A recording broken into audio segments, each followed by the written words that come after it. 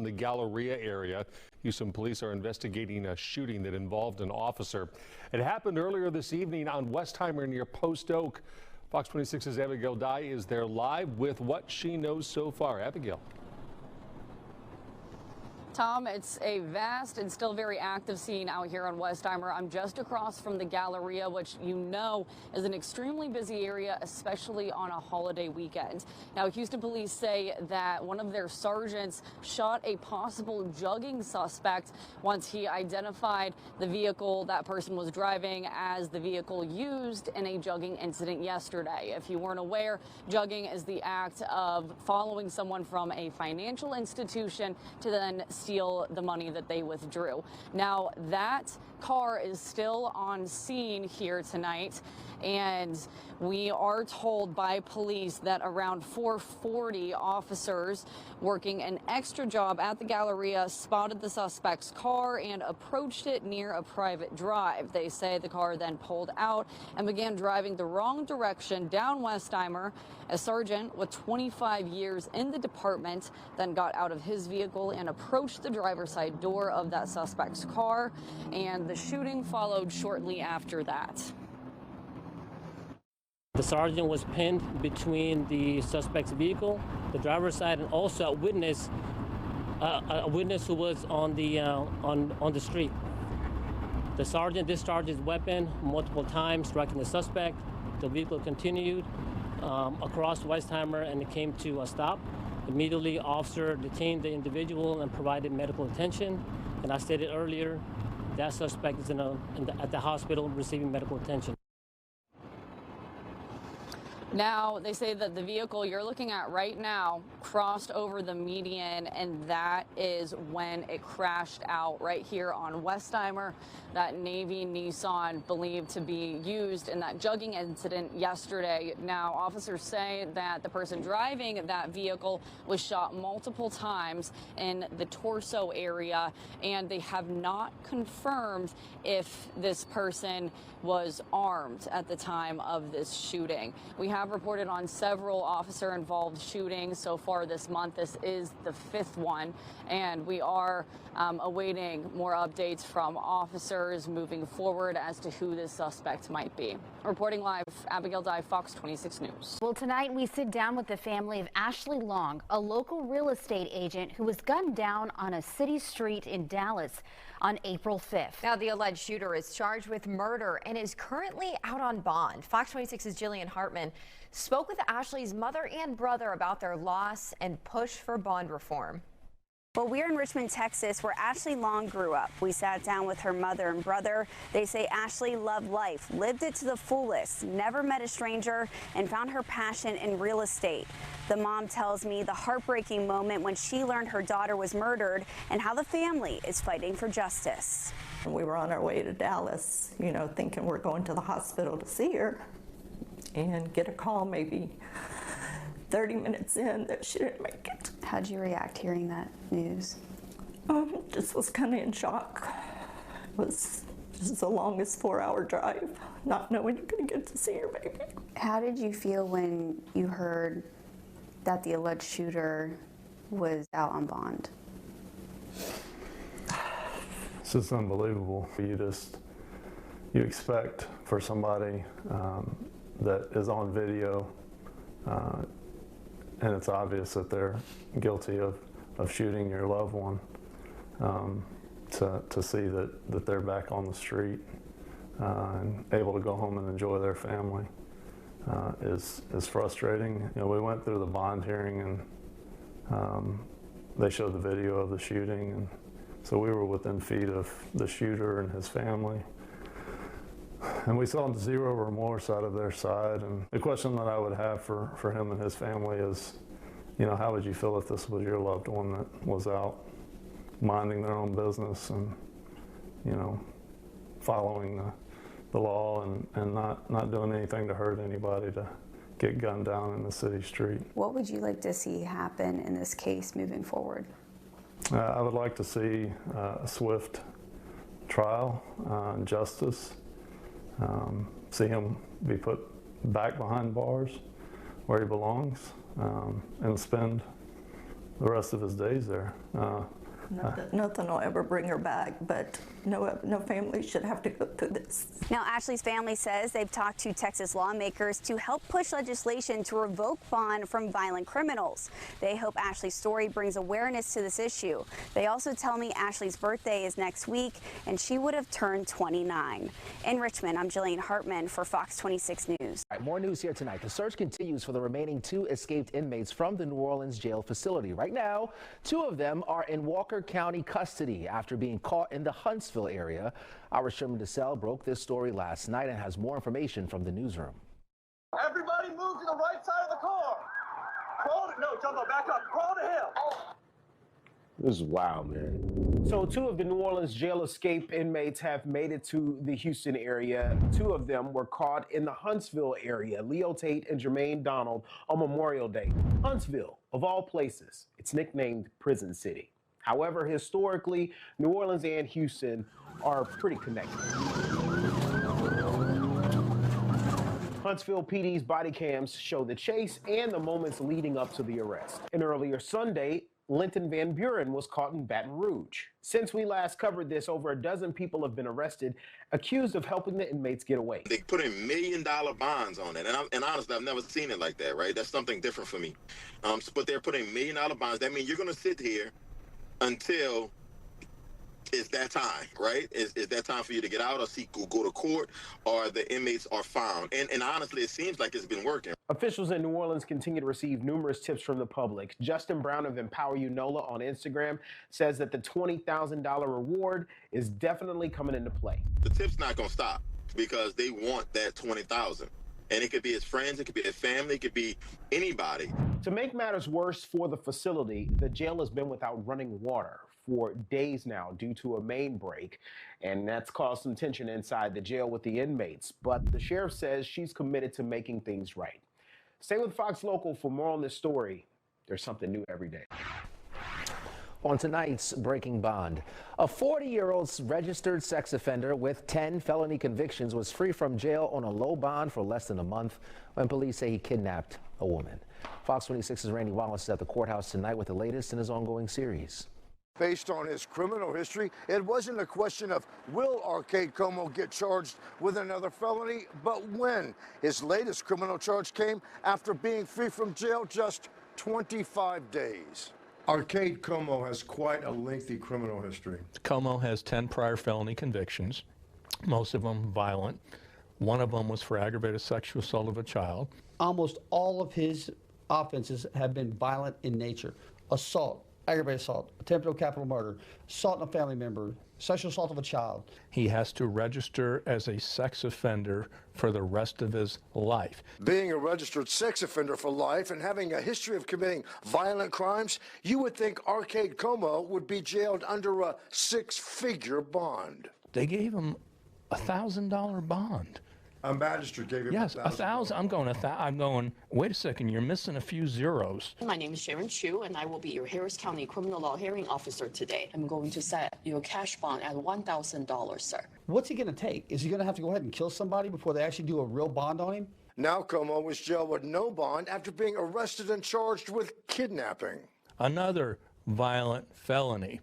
That was 25 days after a magistrate thought it was in the best interest of public safety that he be given a lowball bond and returned back to the community. This is what you're seeing in Harris County right now. It's got to end. The governor is expected to sign a bill into law that come September would prohibit magistrates or hearing officers from setting bonds for violent felony charges. Reporting from the courthouse, Randy Wallace, Fox 26 News. Now to the opioid crisis. The Houston Field Office for the Drug Enforcement Agency is putting out a very serious and stern warning about synthetic drugs called nitazene. It's leading to seizures and deaths in teens and even adults. Fox 26's Leslie Delaspore spoke with a special agent about these dangers.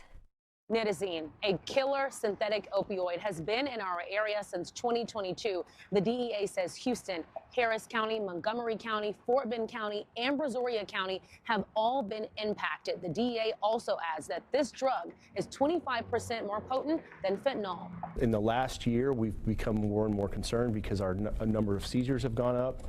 And between November and February of this year, we had a 57% increase in overdoses from nitazene in Houston. Nitazene is a typical opioid which suppresses your breathing, it suppresses your blood pressure, and that's generally what causes an overdose. Is your body is just so depressed that it can't breathe anymore. We've seen overdoses now. People have died from the use of nitazenes from the age of 17 to 59.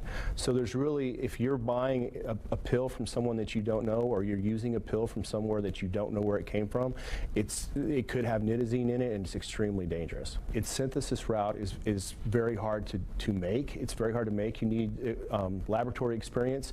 We're seeing nitazenes that are made in China.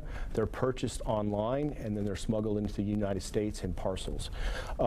From there, we see local drug manufacturers and drug gangs that are taking nitazenes and fentanyl, and they're pressing it into tablets that look like a prescription drug. As you heard Agent Kimball say, nitazene can be purchased online on a device like this, and he says sadly that's how many kids are getting their hands on it. Kids carry a social media, they carry a smartphone.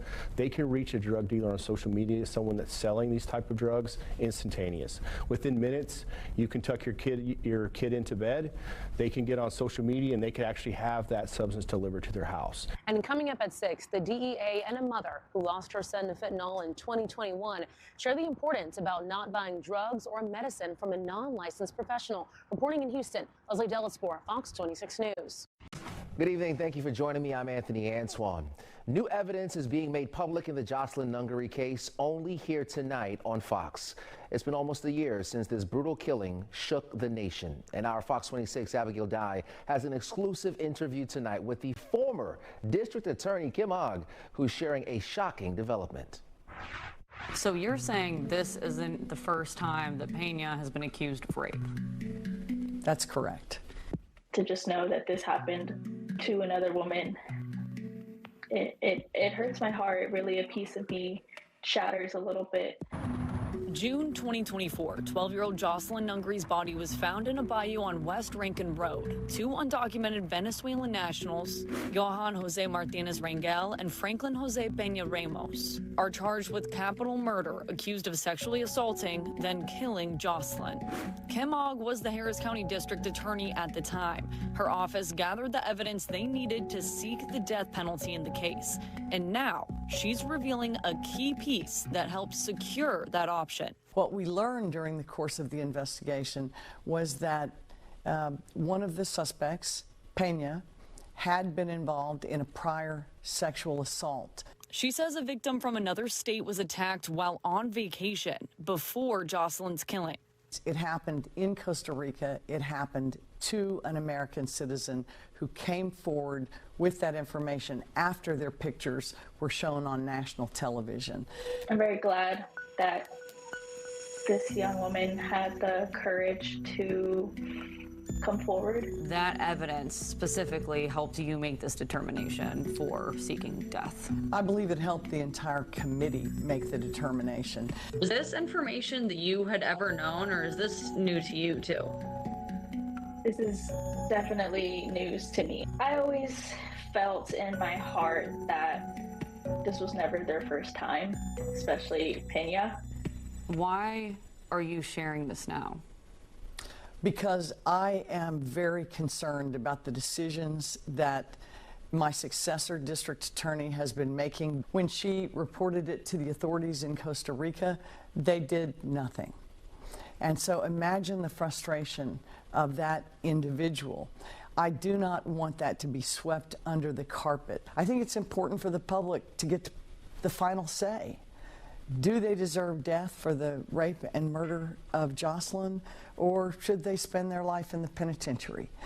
What I don't want is some backdoor deal done in the quiet of the night and a long time from now, once people have forgotten the horror of this case. I see this as a reoccurring, reoffender scenario. And because he wasn't held accountable for his actions when he did this to this other young woman, he should be held accountable for this young child whose life was taken. Now, I did reach out to the district attorney and their current administration, and I asked them if they have any response or comment to what Kim Ogg said, but they declined to comment on this. All right, the DA, Sean Tier, see if that changes moving forward. Okay, but let's put this in context. That information that Kim shared with you, that is really the game changer that's going to change this case here. I mean, it's huge. This is one of the big pieces of information that made her administration able to seek the death penalty in this case. You know, since these guys are Venezuelan nationals, there's really no way for investigators to figure out their criminal background. It's really hard to get that information. And so something like this, a victim, an American victim, coming forward to the DA's office saying that she was raped in another country by this man, it secured that death penalty option for them. So you're having this conversation with Kim Ogg, and she's sharing this information with you. Kind of walk me through like your thought process as a reporter. You know how when you get a piece of information like that, you're like, wait. Shocking. Did I hear that correctly? Shocking. I was interviewing her really about Jocelyn Nungary, but not this subject. And when she said that, I couldn't believe it. I asked her, I was like, Ogg, we're on record right now. Are you sure about this? And she wanted this information out there. She wants to make sure that this case goes to trial. It's not pled out. And that was her reasoning for sharing this right now. Abigail Dye has been working on this story for quite some time. We're actually working on a special for Jocelyn and her family, so that's going to be coming up here in a couple of days. But if you missed any of her reporting, you can also head and download Fox Local. We have extensive coverage there as well. Abigail, thank you so much, and thanks to the Nungary family for sharing that story. Another developing story. So a Houston FBI analyst posted bond today after police say he was found with child pornography videos. He faces several felony charges, but court documents indicate some of the photos found were AI generated. Fox 26's Sherman DeSalle breaks down this disturbing case. Brian Vincent Roche, an FBI analyst here in Houston, appeared in court early Thursday morning. Police say that he was in possession of a lot of illegal and disturbing images on his personal device. This investigation was conducted by the Montgomery County Precinct 3's Internet Crimes Against Children unit. Roche faces 7 counts of child porn possession, all felony charges. 2 of the charges are on a federal level. Yeah, you heard that right. AI-generated porn images depicting children as young as 5 to 10 years old performing sexual acts. He's added to the long list of people that have been investigated by the Internet Crimes Against Children's Unit. The Internet Crimes Against Children's Unit isn't just a task force in Harris and Montgomery counties. It's a national network of over 5,000 law enforcement agencies constantly monitoring any time a disturbing image like that is shared on an IP address. And over 89,000 arrests have been made according to their website. Police have told us each time to remind the public that those images will be found and you will be prosecuted if caught. Roche posted a $175,000 bond. He's not allowed to contact minors other than his children and has to have a GPS monitoring device. Court docs indicate the 51-year-old man has been a law enforcement agent for the past 25 years. He's married with 2 minor children, and he's currently on leave from his FBI job. We reached out to the Houston FBI field office on this, but they said that they can't comment on personnel matters. Reporting from the newsroom, Sherman DeSalle, Fox 26 News. Well, a suspect is in custody tonight following that carjacking and deadly shooting in southwest Houston last night. The person of interest was found by police all the way in Corpus Christi. Fox 26's Jade Fleury giving us a timeline of events leading up to that arrest. This is 20-year-old Alexis Garcia, the man who is accused of killing an innocent driver during a carjacking attempt on Thursday. Police say it began when Garcia crashed a gray Dodge Challenger here on the Southwest Freeway near Belford. Police say he walked away from the crash to Willcrest Drive, where he tried to carjack that random driver, shooting and killing him during the attempt. When he confronted a person in a Hyundai, I believe, fired several shots at that Hyundai, striking the driver. The driver drove under the freeway and around to the Shell station across the freeway, struck a pole there. When that first carjacking attempt wasn't successful, officers say that Garcia tried to carjack another driver in a gray Audi, but this time he got away. Caller stated suspect stole patient's black Audi SUV. This video shows what appears to be Garcia getting in the driver's seat as the driver of the vehicle runs for his life. And then we've got this other male that was carjacked. Fortunately he's okay, but that's very traumatic to be carjacked, taken out of your car at gunpoint. So very, very tragic. The search for Garcia ended over 200 miles away in Corpus Christi. Officials tracked his stolen vehicle to the area where deputies say it was abandoned. Using drones, officers found Garcia in a rural field armed with a handgun. The 20-year-old is now facing multiple charges, one for vehicle theft, one for aggravated assault with a deadly weapon, and one for unlawful carrying of a weapon. Reporting from Southwest Houston, Jade Fleury, Fox 26 News.